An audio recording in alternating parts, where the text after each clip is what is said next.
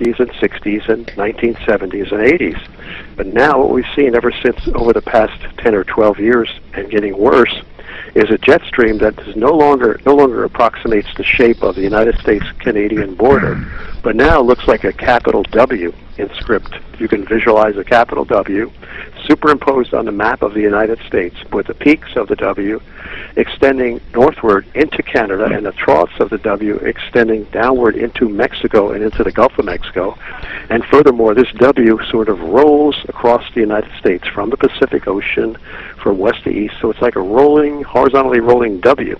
Now what that causes when on the vertical excursions of the W, that is the vertex, the inner vertex, the leading edge of that jet stream, when it crosses, let's say it crosses the Midwestern United States around the Mississippi River, all the areas around there are going to be subject to severe weather conditions, because what you have is inside the trough of the W is cold air being pulled down from Canada, and in the vertex of the W, in the center, warm air is sucked up from the Gulf of Mexico. So now you have warm, moist air sucked up to clash directly with cold air being pulled down from Canada. And when it's like cold water being poured into a hot, sizzling frying pan, you get all kinds of spattering and violent reactions. Warm air is sucked, brought up, collides with the cold air. Because it's warm, the cold air drops down, it's much more dense. The warm air rises very high in the atmosphere where it's instantly frozen, and you get hailstones. This is, in many cases, I've got this videotape from the Weather Channel. Hailstones the size of baseballs and even the size of softballs. And people get killed by hailstones that large. That's been happening, and it never used to happen before. Now it happens quite often. I see cars demolished on the Weather Channel from these huge hailstones. Houses, too. Roofs battered. And, speaking about survival, we need to talk about the survival. We probably don't have the time now, but next time we get on, we should talk about how to protect your roof from hailstones that would literally smash your shingles and cut into your roof, into the plywood sheeting, and compromise the integrity of your house so that the rain would come in and your house would be severely damaged. We got to I'm thinking about ways to put some kind of a copper something on the roof, or some kind of screen, like a chicken wire screen over the top of it that would break the impact of these hailstones, so they would not damage the roof. Go ahead, Sheldon. Well, I was going to interject by going back to the flooding that we're witnessing. There's these places over in Asia that are actually starting to relocate their populations because of the flooding. I just reading that over in Bangkok in Thailand, the capital is considering moving to higher ground right now.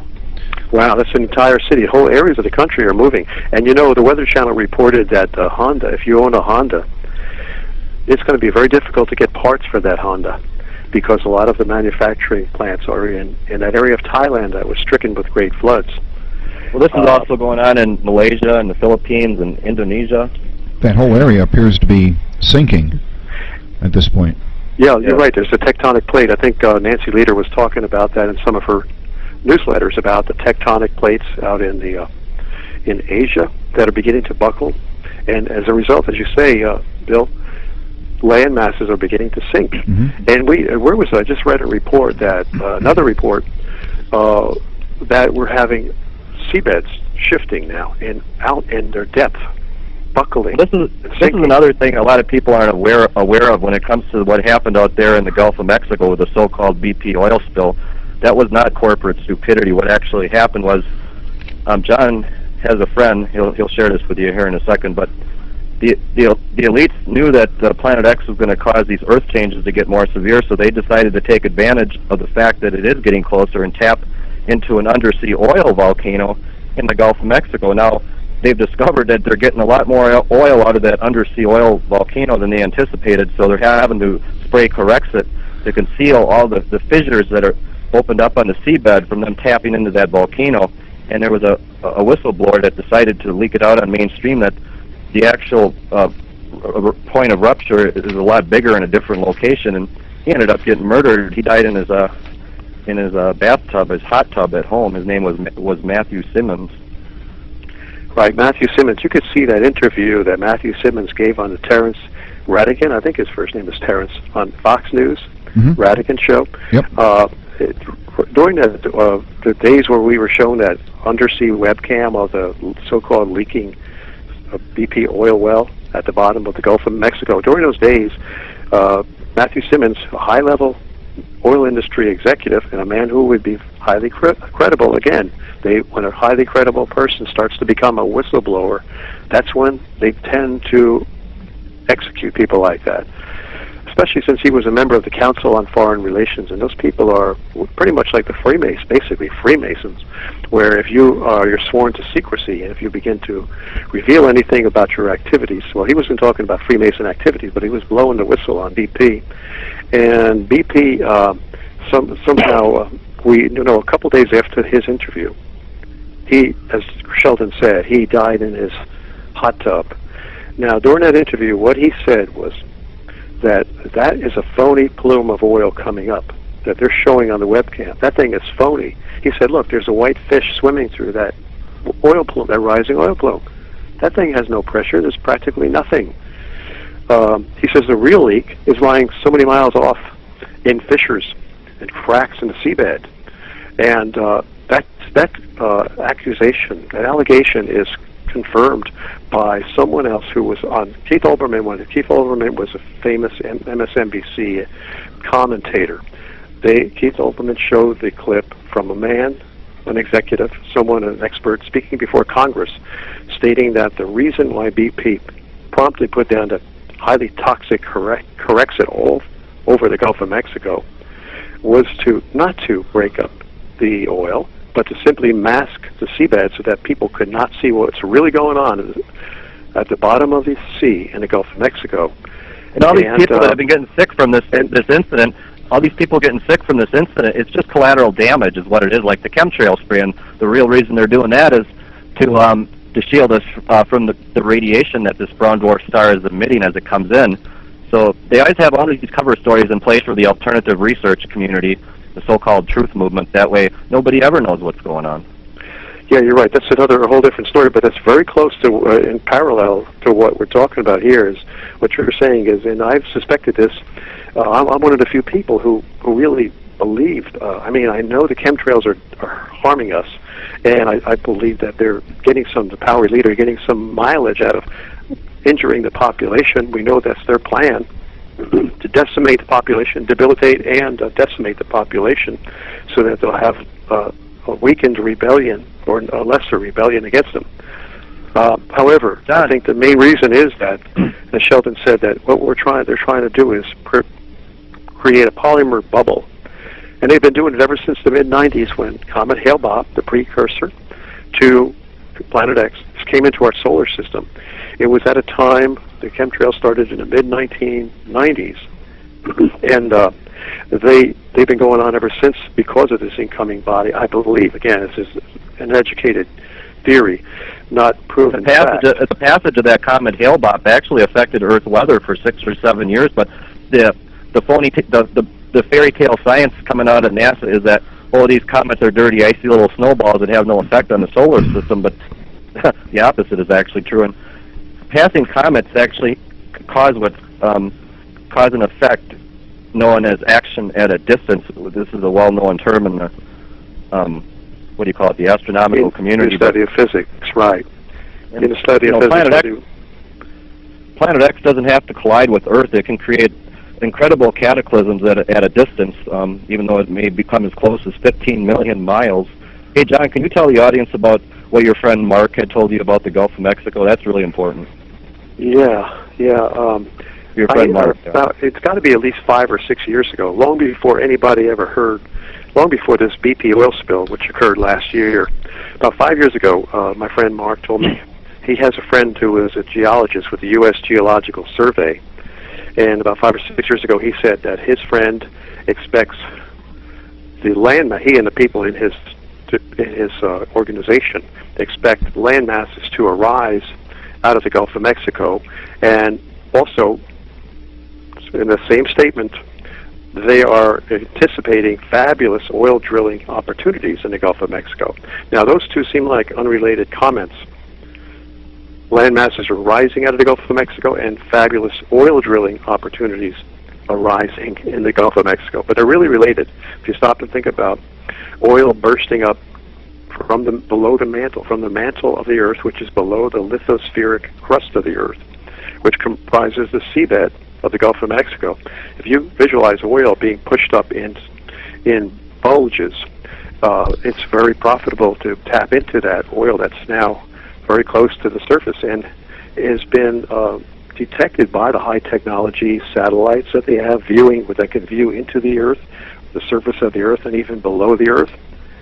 I believe it's called torsional vortex imaging.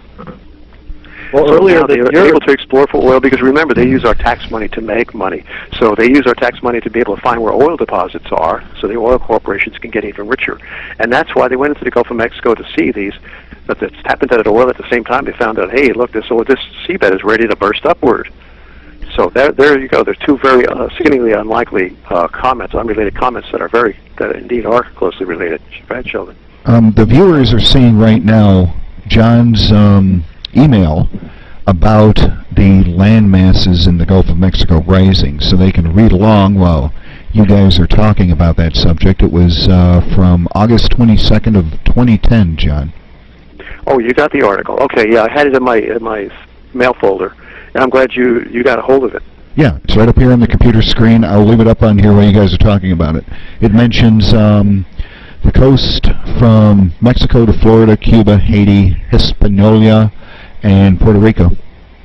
Yeah, right. I mean, and there's many other indications too, because some people... Well, let me interject on the movie Knowing. We have events played out in that movie, and in that movie it shows an oil spill in the Gulf of Mexico. That movie was put out before that incident in the Gulf ever happened, and then towards the end of the movie they show us the solar scorching. So you got to wonder, is this the next big event? Is the solar scorching coming?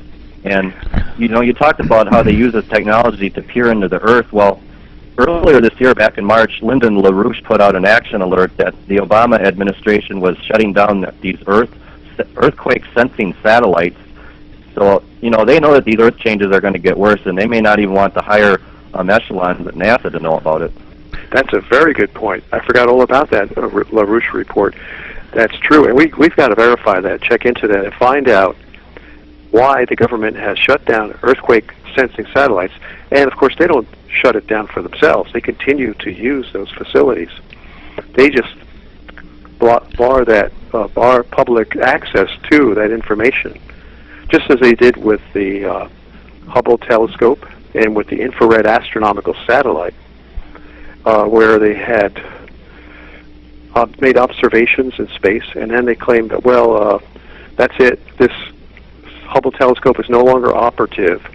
So cooperating nations and the public can no longer get information, while they, in the small elite circles, continue to get information and keep it secret, keep it concealed from the rest of the public. Well, that's what they're doing here too.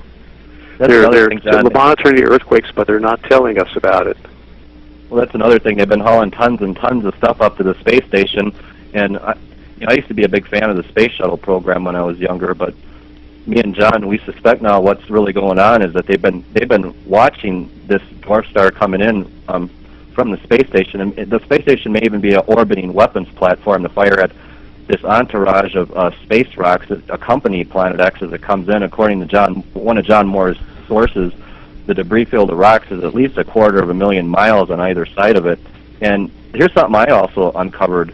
Nobody else in the Planet X community has talked about this, but they're moving all these agencies out to higher ground in Colorado, like the CIA moved out there, and now I just found out Aero Electronics and Pullman Camping have moved out there, and then you got the Denver airport. Yep. And they're still working on that airport 17 or 19 years after ground was broken. But what I uncovered was a NASA contract whereby they awarded this contract to a Prudential subsidiary to start relocating their own people, and that the NASA contract is 3 times more than the CIA's contract, where the CIA was going to move out to Denver. So, and then a few months ago, we had the administrator of NASA, Charles Bolden, warn his employees to always be prepared for natural disasters. So you connect all these dots together, and it really makes sense that they know something big is coming. Well, you can find that. You can find that video on YouTube. All you have to do is search for the NASA emergency to, I believe it's employees' video. And did you guys know when they were building that airport in Denver, and I found this out just earlier this week when we had Lucas on, that they originally built the buildings for that airport, and oops, they were all in the wrong spot, so they buried all of them. They buried all of the buildings they had built and built another airport over the top of that. And also, interestingly enough, at the end of the True TV episode that Jesse Ventura did, him and Jay Widener were riding in a car outside the perimeter of that airport, and it showed these long rectangular concrete tunnels. And, well, Ventura asked Jay Widener, what are they doing with those? And Jay Widener said they're getting ready for the end of the world. Yeah, I remember that episode. And also, out at that airport, I think it's up to over 100 aircraft now. The windshields on them are shattering from low-level sound. Well, you know, low-level what? Low-level sound? Yes, from low-frequency sound. Just at the Denver airport? Just at the Denver airport, over 75 planes. Wow, so they are generating something underground there that's sonic, that's emanating up through the ground. Yeah. Wow, that's amazing. Well, I found that out last week. That's amazing. Just last week, we got to look into that and find out what that is. They're probably, if we thought about it, got some engineers on this, we could probably surmise what that low-frequency sound would be. It could be construction activities, but also, you know, that leads me to suspect, and this is only in my immediate suspicion, because I really haven't had a chance to look into it. But when I hear you say that they're generating low-frequency sound, it's evidenced by damaged windshields on aircraft. I would think that they would try to test the integrity of the underground cities by generating this low-frequency sound. As you know, low-frequency sound in physics, if you have the right frequency, you can take an object, a large object such as a bridge, and find the right frequency of sound that will cause that bridge to go into resonance and to vibrate such that it will be destroyed, or a building. It's called, you know, it's a mechanical resonant frequency of an object. Every object has its own resonant frequency dependent upon its shape and size and mass. And earlier, likewise, they might be testing the underground cities that way to see if do these things really hold up under an earthquake. Because the power elite, and I can cite some evidence to indicate that the power elite are very concerned about the integrity of these underground cities when these massive vibrations occur due to these passing bodies and when the earthquakes occur. So they would want to test the viability of them before they go down in there. Yeah, because they're gravely concerned that they are going to get killed underground from unprecedented earthquakes that we've never seen before, like magnitude 11, 12 earthquakes. But they're so desperate to get underground that they're willing to take that chance because they're more fearful of the solar scorching that's coming. You know, that's one of the things that one of our show staff, Boris Artemenko, has been talking about when he's been on the show. And incidentally, he was supposed to be coming on about 22 minutes ago, but he has had a severe computer problem due to an electrical storm down in South America where he is, so he's not going to be joining us. But his theory is that having all of these underground bunkers, these domes as they're called, is not going to do them any good because the earthquakes, the earth shifts, and everything else that's going to be going on when Planet X crosses, it's just going to bury them alive. Right, so that's what I believe. I think, again, we have to surmise because we don't have the evidence. But surmisal is based upon evidence and reasoning, and it's like an educated guess, really, that these guys these power elite are extremely afraid of going down under there. But remember, God, the supernatural power that's bringing this planet, this round dwarf star, allowing it to be sucked in by our sun, the supernatural power is not giving the elite, these mere men, any options at all. They are between a rock and a hard place, so to speak. They have to make a choice. Either they stay on the surface of the earth and get scorched to death, which is what will happen pretty soon when the sun goes super hyperactive, or go underground and be protected from the solar scorching, but at the same time risk being killed by the earthquake. So they don't know what to do, and they're afraid. So they have no clear option. Either way, they're in danger. Or they go up to the International Space Station or one of the military black ops space stations and hope that they can survive up there. I mean, that's just an option. I don't believe that, because that is really a dangerous place to go. Now, the International Space Station, I've been saying for a long time, has to be a weapons platform for shooting down these incoming asteroids. And certainly I give them credit for doing that, because they want to protect the very same Earth that we are on. They're on also, and they want to protect Earth from being struck by these asteroids, which would be, of course, devastating. So I'm glad, whether they keep it secret or not, I guess it's good that they keep it secret, that the International Space Station has been converted to a weapons platform for shooting down asteroids and meteors. And they become so concerned about these rocks. They become so concerned about all these rocks that are coming in right now that NASA's deployed a new camera network that's currently in, I believe, 3 or 4 states, but they're going to expand it. But this is another subtle way they're going after the amateurs. Are going to be the first ones to spot Planet X coming in. They're encouraging amateurs with solar telescopes to keep them apprised of what's going on, and they're encouraging, NASA's encouraging folks to help them look for meteorites in the southeast. This is another subtle way they're trying to suck people in, the catalog and the inventory, who that first batch of people are that'll be reporting this to the mass public that Planet X is coming in. We have the NASA Smart Camera System, that's what it's called. We have the article from NASA, the NASA Science News, on the screen right now for people to see, and they're saying 100 tons of meteorites hit the Earth's atmosphere. Lucas put on his site that there were 4 asteroids that smashed into the Earth last year, and the mainstream media totally buried it. Yeah, there was one in Argentina.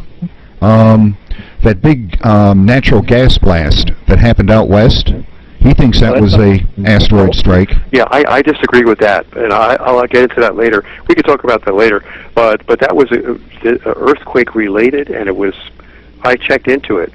I won't take too long on that, because that's a little bit off the subject, but you're talking about the San Bruno Inferno. Mm-hmm. And I did some research and found that there was a minor earthquake only a quarter of a mile away, because San Bruno is right on the San Andreas Fault.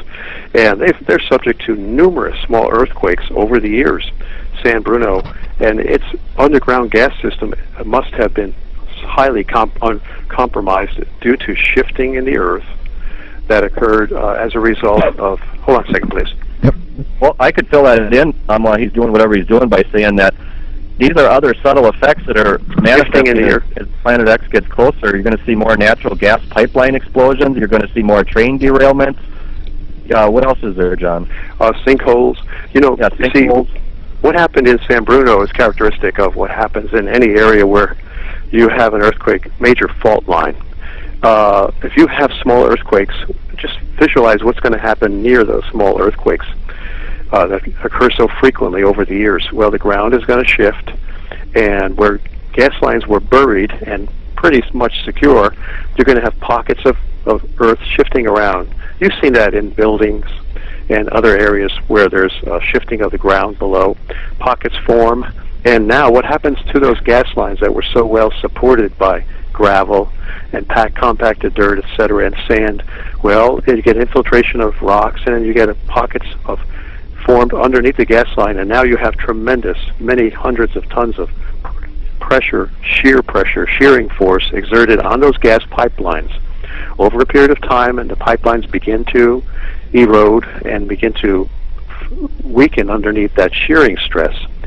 And eventually, the pipeline will actually shear. Now, a week before the San Bruno explosion occurred, residents were smelling gas and were reporting it to the gas company, and nothing was done about it. They could have prevented that inferno from occurring. That tells you that there was shifting already occurring. And then, at the very time, I did the research and found out that there was a report of a mother who was at a soccer game in a field in San Bruno, and the time that she was at the soccer game when the explosion occurred, according to her newspaper report, was the exact moment, within 1 minute from the actual time that this small earthquake occurred, that I found on the USGS website. It occurred right on the San Andreas Fault, only a quarter of a mile or more from San Bruno, at that exact moment when it was reported that the explosion occurred.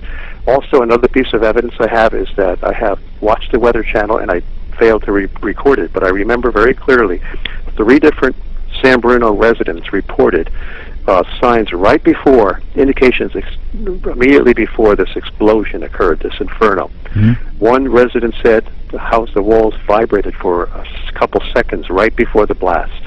Another resident said there was a loud boom, and I know what these booms are because I live near an earthquake fault myself. And whenever you hear that long, extended sonic booming occur, that's a sign of an earthquake.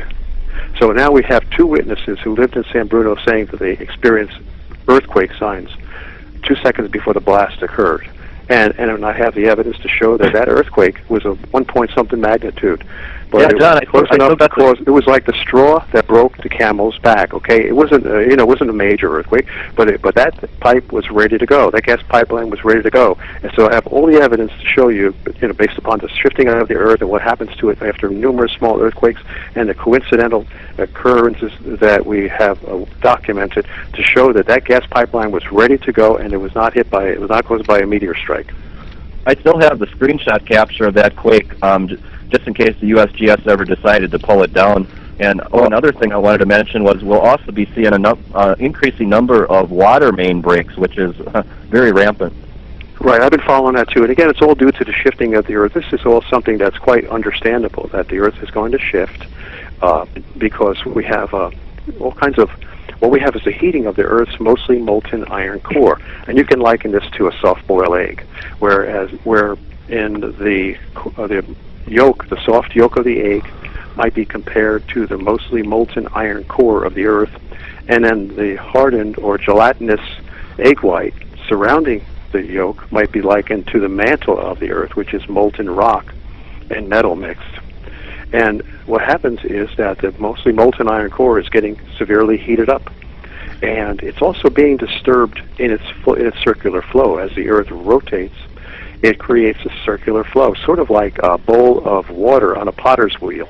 If you took a clay bowl filled with water and put it on a potter's wheel, normally as long as that potter's wheel is stable and it's rotating smoothly, the water inside the bowl will also swirl around smoothly with a dip in the center, and it's okay. But as soon as that potter's wheel is jarred, when it's caused to move a little bit, it will cause the water inside to begin to slosh around and produce waves.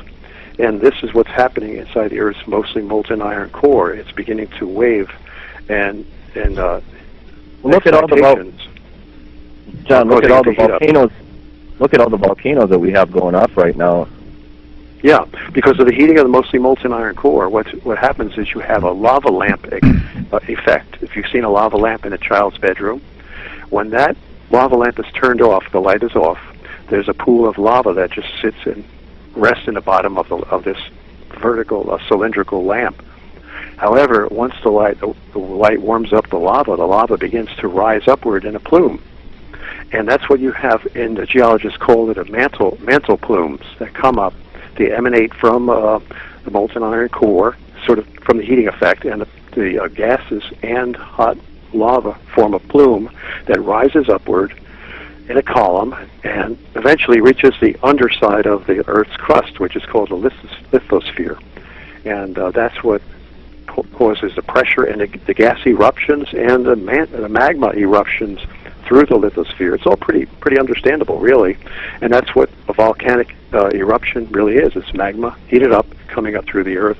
And of course, once the Earth cools down, you still have a hole in the Earth that was generated by that ancient mantle plume, where gas pressure came up, sort of like when you cook in a pot of stew or a pot of pudding. You probably cook pudding until it thickens, and when it thickens, it begins to plop, and gas columns start to arise and cause little bubbles and bulges and holes, actually steam vents in the pudding. You've probably seen that. And that's what's happening now. But when it happened before, the Earth was basically cooling down, and those old steam vents, the volcanoes, became dormant. Well, John, now they're there and they're ready to heat up again. And this activity has become so obvious that it has caused over 11,000 earthquakes in the Canary Islands since the middle of July. And this is why I suspect they shut down the space shuttle program at NASA, because they're expecting that island or islands out in the archipelago of the Canary Island chain to eventually cause a landslide-driven tsunami, which is like 10 times worse than an earthquake-driven undersea tsunami. And well, I think that there's going to be a mega tsunami eventually created at some point, and that's why they had to shut down the shuttle program, because they know Florida is going to be underwater soon. Hey guys, I have a question.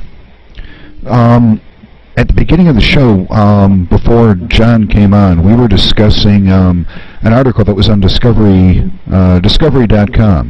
and it was about a new type of particle that the scientists are seeing coming from the sun. And they're saying... Cover story. Pardon?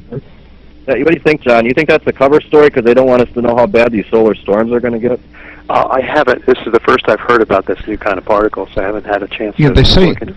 They say it's affecting the carbon dating system, and it's affecting the carbon dating system and basically mutating everything. And I'm wondering if it's possible for these particles to be affecting the core of the Earth, and whether or not Planet X has some kind of an effect on this too. The particles, they say, are affecting the Earth's carbon dating, the carbon dating system that they have. Yeah. I know it's carbon-14 is what they use. It's an isotope of carbon. It has 14. It's the number of neutrons and protons in the carbon nucleus is 14, and it would decay, from 14 to 13 over a period of time, and it's sort of a time measurement. So you're saying these particles are affecting the carbon dating system. Well, that would have to affect the decay rate, the half-life of radioactive isotopes, isotopes of particular elements that decay. Now, maybe there's a way to do that, but at first glance, I haven't really had a chance to look into it. But it's hard to imagine some kind of particle coming from the sun that would affect the decay rate of any radioactive isotope, such as like uranium-257, for example.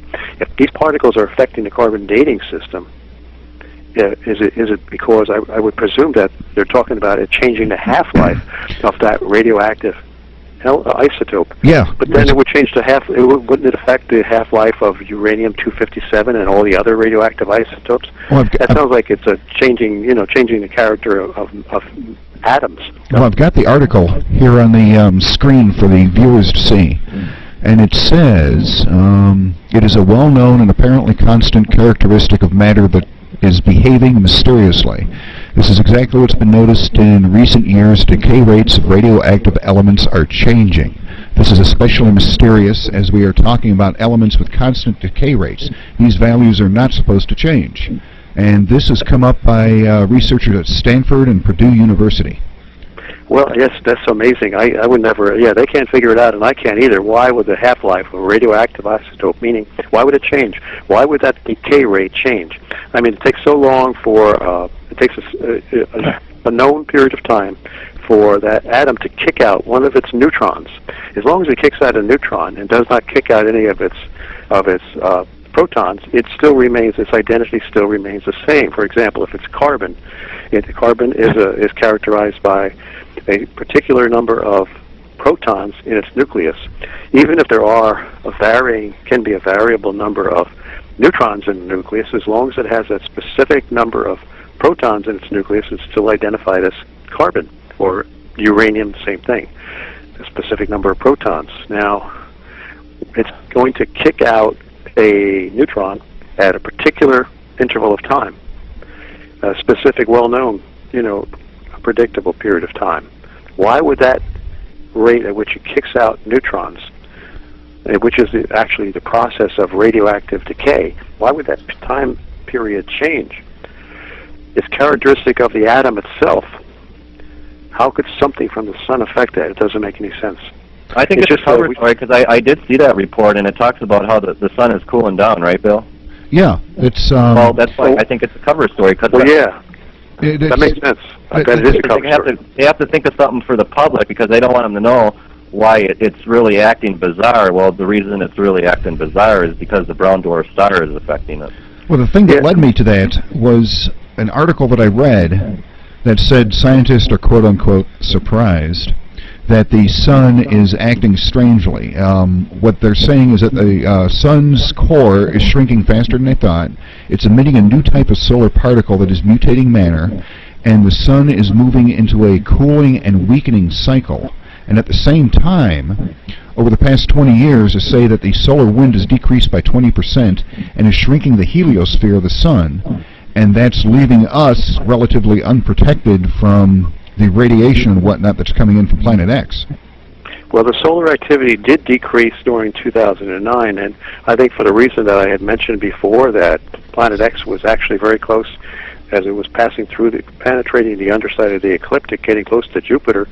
It drew away most of the, it began to electrically flirt with Jupiter, essentially, and reduce the excitation that normally would have existed between Jupiter and the Sun. Mm-hmm. It's that excitation that sort of determines the activity of the Sun. And so basically the Sun Jupiter had found another lover temporarily as in Planet X as it came by. But that was the only period of low activity of the Sun. They're saying its activity has decreased now. That's not true. The Sun's activity, from everything I've seen, is increasing now. We're seeing more coronal mass ejections, and very shortly we'll see that this article was probably a lie. As Sheldon says, a cover story to get us looking in the wrong direction, thinking the Sun is becoming cooler when in fact it's getting warmer, more active. It sounds like a really fishy story to me. Yeah, they're talking about the we can attribute Minimum. that again. It's not the crime that incriminates them, as President Nixon said. It's the cover-up that incriminates them. Yeah, they're talking about the Maunder minimum in this article. Yeah, that's ridiculous. I mean, the Sun just got through the Jupiterian maximum, which was sometime early this year, in 2011. Yeah, March. Let's say somewhere around the middle of 2011, which is close enough. That's when Jupiter reaches its closest perihelion, is what's called, its closest approach to the Sun in its 11.5-year orbit around the Sun. 1 year on Jupiter is actually 11.5 of our years, and that's when you have the highest activity. So how could they say the Sun they're going into a quiet stage when it's really quite close to its peak? It's just gone over the peak of its 11-year Jupiterian cycle, and it should still be very active for the next, let's say, 5.5 years. 5.5 years would be half of the 11-year cycle. Well, this is another that's crazy. That doesn't make sense at all. So again, there's more disinformation coming from these people, and I hope the scientists are either got their mouths quiet and not observing things, or they've been suppressed, because I don't hear any disagreement from the scientific community. Well, my understanding was that the peak was supposed to be in 2012. Well, right, initially NASA told us 2012. Now they're putting it off to 2013. I think they're doing that because they don't want to. No, there you go. Well, see, now there you go. That shows that they're lying, because they themselves told us that the high solar activity would occur in 2012. Yet they're telling us now that the Sun is going quiet, when they just told us it's going hyperactive 3 months from now. So they're talking out of both sides of their mouth. They're giving us quite a bit of duplicity. Guys. This is another thing. I'm seeing this repeatedly on the internet, that every few weeks we're getting repeated warnings about these solar storms that are coming and how it's going to take down the power grids. And I'm seeing that repeatedly. Oh, every week. Well, I think it's true. It's going to happen. As Planet X gets closer, anytime a celestial body gets close to the Sun, especially a celestial body that is electrified, such as this brown dwarf star that is saturated with protons, that is plasma, electrified gases. These gases were engulfed this comet, this planet coming in on a cometary orbit, as it penetrated the Earth's heliosphere, that is the sphere of protons surrounding the solar system. And when that happened, and John, when the heliosphere got penetrated from Planet X penetrating it, it also caused an increased count on the gamma ray bursts. You remember that? Right. Well, what happened, I think I haven't been following it too closely, but you see, when any object comes in and it penetrates the heliosphere, again, the heliosphere is visualize that as a glowing red globe surrounding the entire solar system. And when an object comes through it, it has to pierce through that glowing red globe made of electrically sticky plasma. These are all protons, ionized gases. And the incoming comet is electrically saturated with this electrically sticky proton gas, plasma.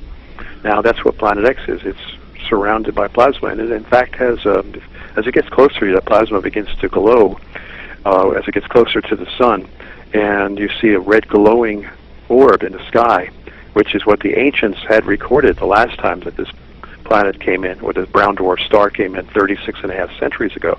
They said it was a red glowing orb with wings. They called it a winged globe, and that's what we can expect to see again when it comes in. But anyway, it's surrounded with plasma and electrified, and it's going to excite the sun electrically. So it's a foregone conclusion that we're going to see tremendous solar excitations now. It's beginning now, and it's going to get much worse into next year. And that would explain to me why the people of secrecy and deception who control the media, the power elite, would give you stories that would be contrary to what's actually happening. They're saying, oh, the sun's calming down, when in fact they know it's just about ready to go very hyperactive. Yeah, we just had a new... Pretty easy to see through their transparent lies. Yeah, now we have a newly released report being put out by NASA's mouthpiece, space.com, about this barrage of the discovery of these new alien exoplanets out there, and this is exactly the type of disinformation. What they're doing is desensitizing the public, so that when the final big boy finally does get here, people are going to say, "Oh yeah, right, just another a stupid planet out there," and then they can go back and watching their football games. Right, exactly.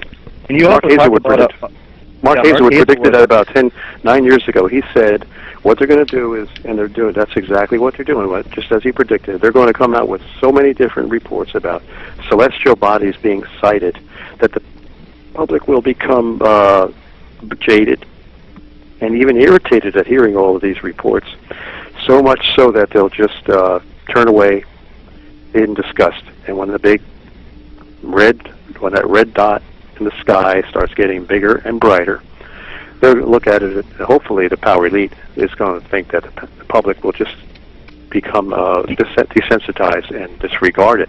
But I don't think they will, because it'll become so prominent at a certain point. And the elite know this. They know that they can only keep us off guard and distracted for a limited period of time. They know that their plan of deception can only be partially effective, and they're fighting a losing battle. They're just trying to buy time. Trying to go underground because they're going to be crushed under there. They know that. They're fighting a losing battle, keeping the public distracted.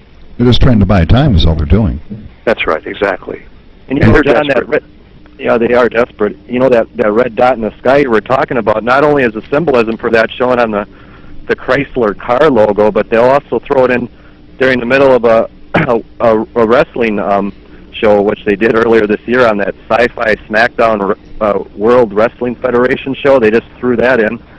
And then they had to say, how did they portray it? Well, it was about halfway through the wrestling show, and they mentioned, they just threw it in out of the middle of nowhere about Nibiru. Oh, they did? I mean, they actually stated, they came out with a statement in the middle of the wrestling match that some kind of Nibiru was coming in or something? Yeah, they were trying to portray the wrestling people on the show, you know, as these Greek goddesses or something. And they just threw in somebody was getting wrestled, and they say, Planet X, Nibiru.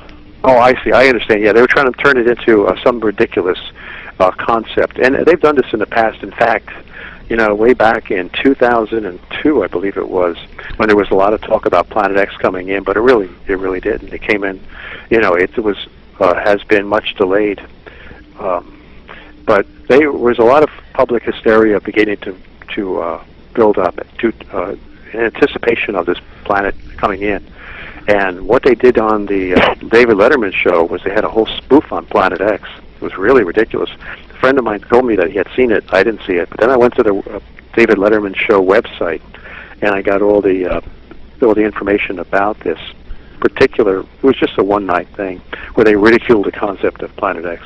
And you're going to get more of that right now, more ridiculing of it. Again, as President Nixon had said, it's not the crime that incriminates them, it's the cover-up that incriminates them when they try to cover up the crime. There's been a cover-up too. There's so many, I don't know how many we could recount, but there was a spokesman for NASA, and you can find him on YouTube. I forget his name. Oh, I hate that guy. he says, oh, you probably can remember what it was. We can look it up. He says, people are talking about this Nibiru or Planet X. Well, if it were coming in, we would have seen it by now. Well, first of all, they did see it. Secondly, it's not visible except with infrared instruments, infrared telescopes, because right now it's emitting infrared light. It hasn't gotten close enough to actually light up, to emit light from the visible spectrum, but it will when it gets closer to the sun. So that was a big lie right there. NASA's had an internal project tracking it. There's an astronomical planetary report put out, I believe, in 1991. I mean, this guy discrediting it. I guess he forgets about the internal NASA project.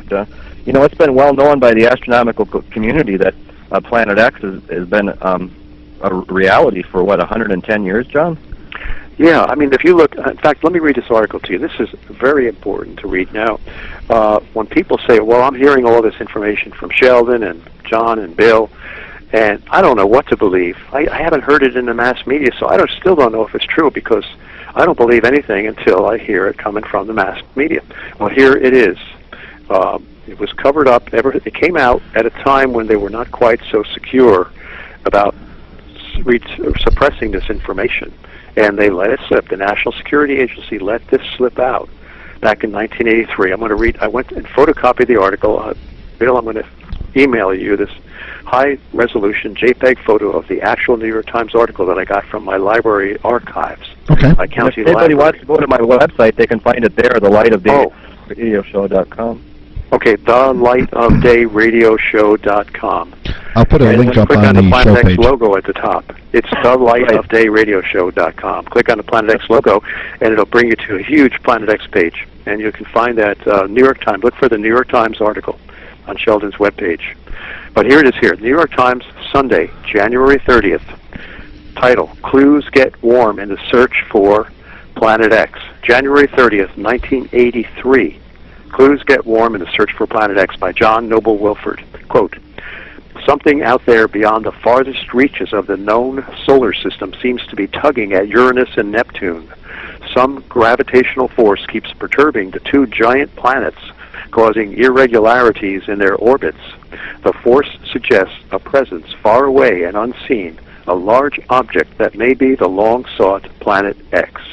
Evidence assembled in recent years has led several groups of astronomers to renew the search for this 10th planet.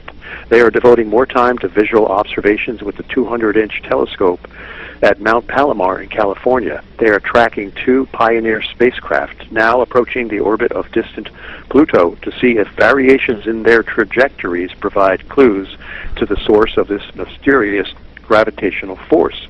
And they're hoping that a satellite-borne telescope launched last week will detect heat signatures from this planet or whatever it is out there. The Infrared Astronomical Satellite, IRAS, was boosted into a 560-mile high polar orbit Tuesday night from Vandenberg Air Force Base, California. It represents an $80 million venture by the United States, Britain, and the Netherlands.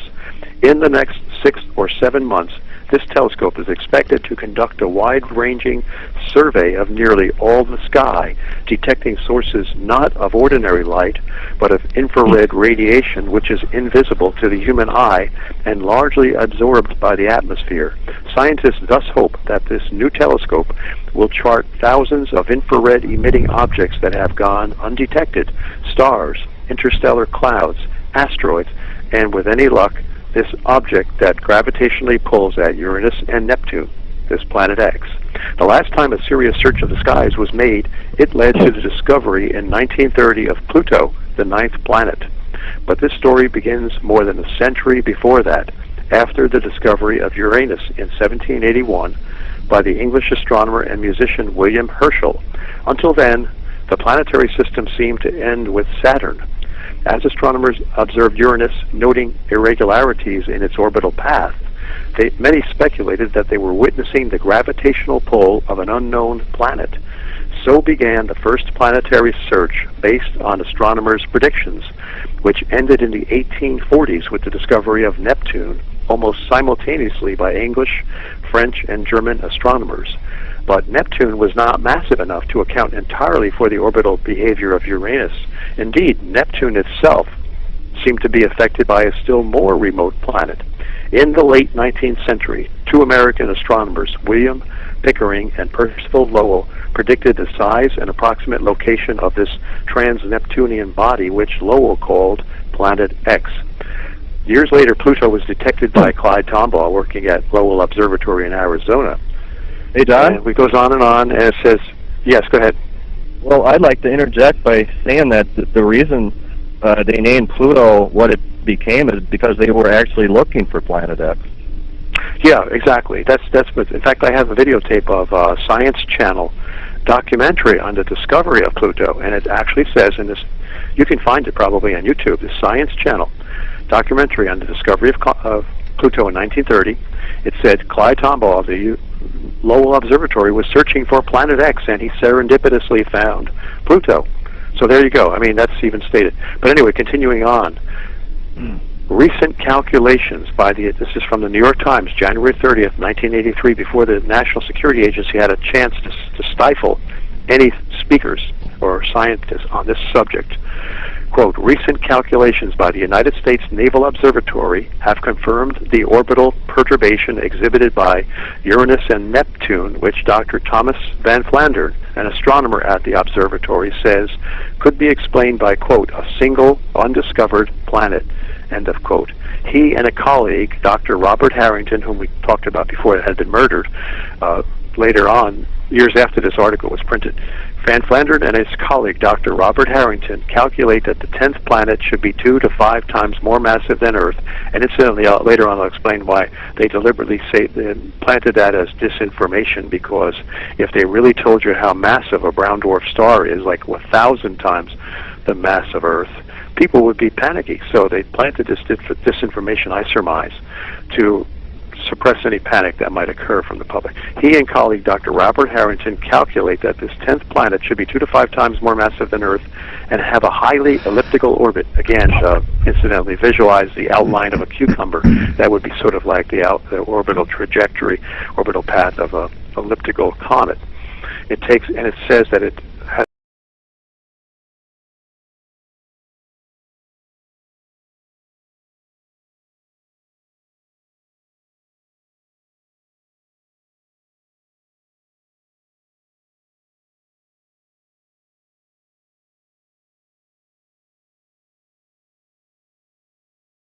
and 60s and 1970s and 80s. But now what we've seen ever since over the past 10 or 12 years and getting worse is a jet stream that is no longer approximates the shape of the United States-Canadian border, but now looks like a capital W in script. You can visualize a capital W superimposed on the map of the United States, with the peaks of the W extending northward into Canada and the troughs of the W extending downward into Mexico and into the Gulf of Mexico. And furthermore, this W sort of rolls across the United States from the Pacific Ocean from west to east, so it's like a horizontally rolling W. Now what that causes when on the vertical excursions of the W, that is the vertex, the inner vertex, the leading edge of that jet stream, when it crosses, let's say it crosses the Midwestern United States around the Mississippi River, all the areas around there are going to be subject to severe weather conditions, because what you have is inside the trough of the W is cold air being pulled down from Canada, and in the vertex of the W, in the center, warm air is sucked up from the Gulf of Mexico. So now you have warm, moist air sucked up to clash directly with cold air being pulled down from Canada. And when it's like cold water being poured into a hot, sizzling frying pan, you get all kinds of spattering and violent reactions. Warm air is sucked, brought up, collides with the cold air. Because it's warm, the cold air drops down, it's much more dense. The warm air rises very high in the atmosphere where it's instantly frozen, and you get hailstones. This is, in many cases, I've got this videotape from the Weather Channel. Hailstones the size of baseballs and even the size of softballs. And people get killed by hailstones that large. That's been happening, and it never used to happen before. Now it happens quite often. I see cars demolished on the Weather Channel from these huge hailstones. Houses, too. Roofs battered. And, you know, speaking about survival, we need to talk about the survival. We probably don't have the time now, but next time we get on, we should talk about how to protect your roof from hailstones that would literally smash your shingles and cut into your roof, into the plywood sheeting, and compromise the integrity of your house so that the rain would come in and your house would be severely damaged. We got to start thinking about ways to put some kind of a copper something on the roof or some kind of screen, like a chicken wire screen over the top of it that would break the impact of these hailstones so they would not damage the roof. Go ahead, Sheldon. Well, I was going to interject by going back to the flooding that we're witnessing. There's these places over in Asia that are actually starting to relocate their populations because of the flooding. I just reading that over in Bangkok in Thailand, the capital is considering moving to higher ground right now. Wow, that's an entire city. Whole areas of the country are moving. And you know, the Weather Channel reported that Honda, if you own a Honda, it's going to be very difficult to get parts for that Honda because a lot of the manufacturing plants are in that area of Thailand that was stricken with great floods. Well, this is also going on in Malaysia and the Philippines and Indonesia. That whole area appears to be sinking at this point. Yeah, you're right. There's a tectonic plate. I think Nancy Lieder was talking about that in some of her newsletters about the tectonic plates out in Asia that are beginning to buckle, and as a result, as you say, Bill, land masses are beginning to sink. Mm-hmm. And where was I? I just read a report that another report that we're having seabeds shifting now out in their depth, buckling. This is another thing a lot of people aren't aware of when it comes to what happened out there in the Gulf of Mexico with the so-called BP oil spill.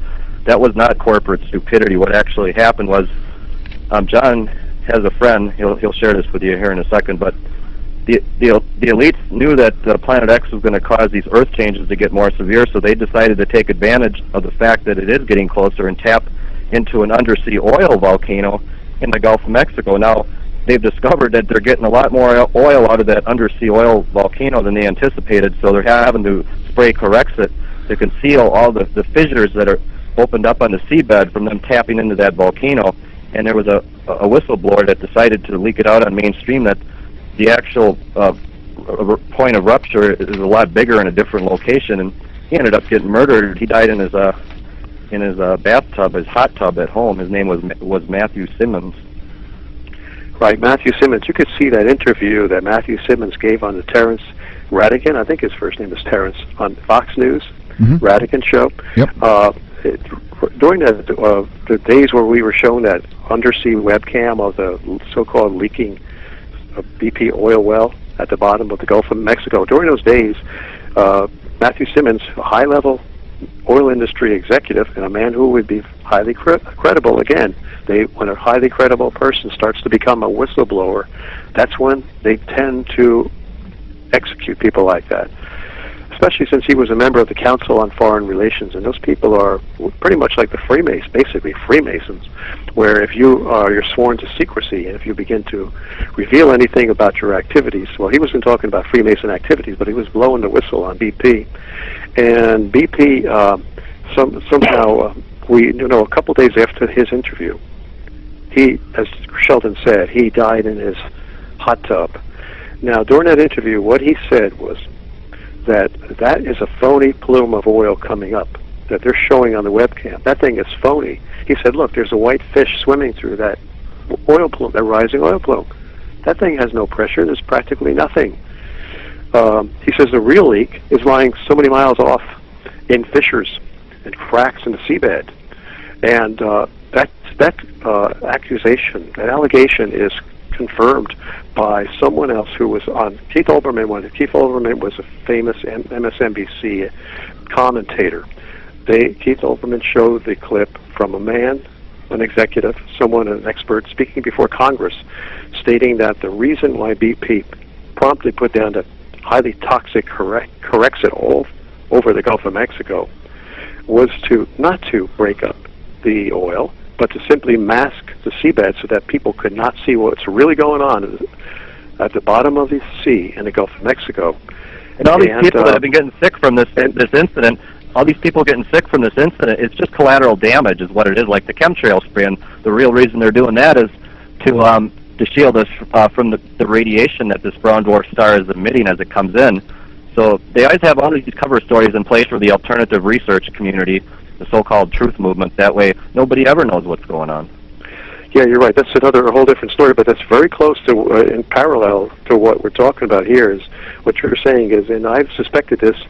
I'm one of the few people who really believed. I mean, I know the chemtrails are harming us, and I believe that they're getting the power elite are getting some mileage out of injuring the population. We know that's their plan, to decimate the population, debilitate, and